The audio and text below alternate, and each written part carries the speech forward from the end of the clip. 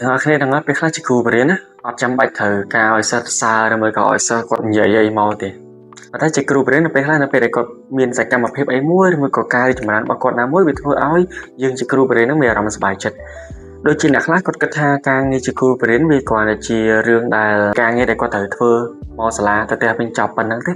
ប៉ុន្តែជាគ្រូបរិញ្ញាមួយគឺយើងសំដៅទៅលើការបរិញ្ញាបែបដាក់អារម្មណ៍ក្នុងការបរិញ្ញាសិស្សធ្វើយ៉ាងណាឲ្យសិស្សគាត់ទទួលបានអារម្មណ៍ថានៅសាលានេះជាផ្ទះទី2របស់គាត់មិនមែនគ្រាន់តែជាកន្លែងដែលគាត់ត្រូវតែមកទទួលកំហិតទៅលើផ្លូវចិត្តរបស់គាត់ទេឧទាហរណ៍ថាពេលខ្លះយើងមិនចាំបាច់រងចាំសិស្សគាត់និយាយទៅសារទេប៉ុន្តែបើសិនជាគាត់និយាយថាយើងជាហេតុផលម្នាក់ដែលធ្វើឲ្យគាត់មិនមានអារម្មណ៍ថាពិបាកចិត្តជាហេតុផលដែលធ្វើឲ្យគាត់ត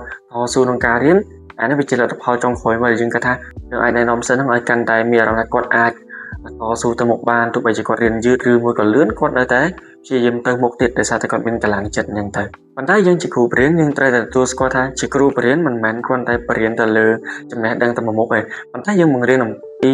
ជីវិតពិតរបស់មនុស្សម្នាក់ៗនៅក្នុងសង្គមដែលគាត់ជួបប្រទះរាល់ថ្ងៃអញ្ចឹងទោះបីសិស្សតូចក៏ដោយឬមួយក៏សិស្សធំក៏ដោយព្យាយាមជ្រៀតជ្រែកទៅលើអារឿងតូចៗដែលធ្វើឲ្យគាត់យល់ថាសង្គមនៅខាងក្រៅវាមិនដូចនៅក្នុងសង្គមសាលារៀនទេពេលខ្លះមិនមែនរាល់ថ្ងៃសុទ្ធតែយើងសប្បាយចិត្តទេក្នុងការបរៀនសិស្សពេលខ្លះសិស្សក៏អត់ចេះចឹងទៅប៉ុន្តែត្រូវតែចាំថា